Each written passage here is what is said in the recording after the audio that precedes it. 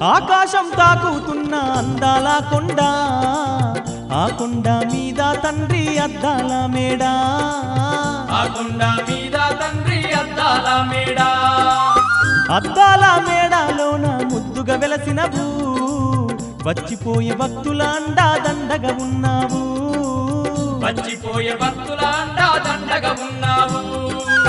నీలాంటి దేవుడు లోకాన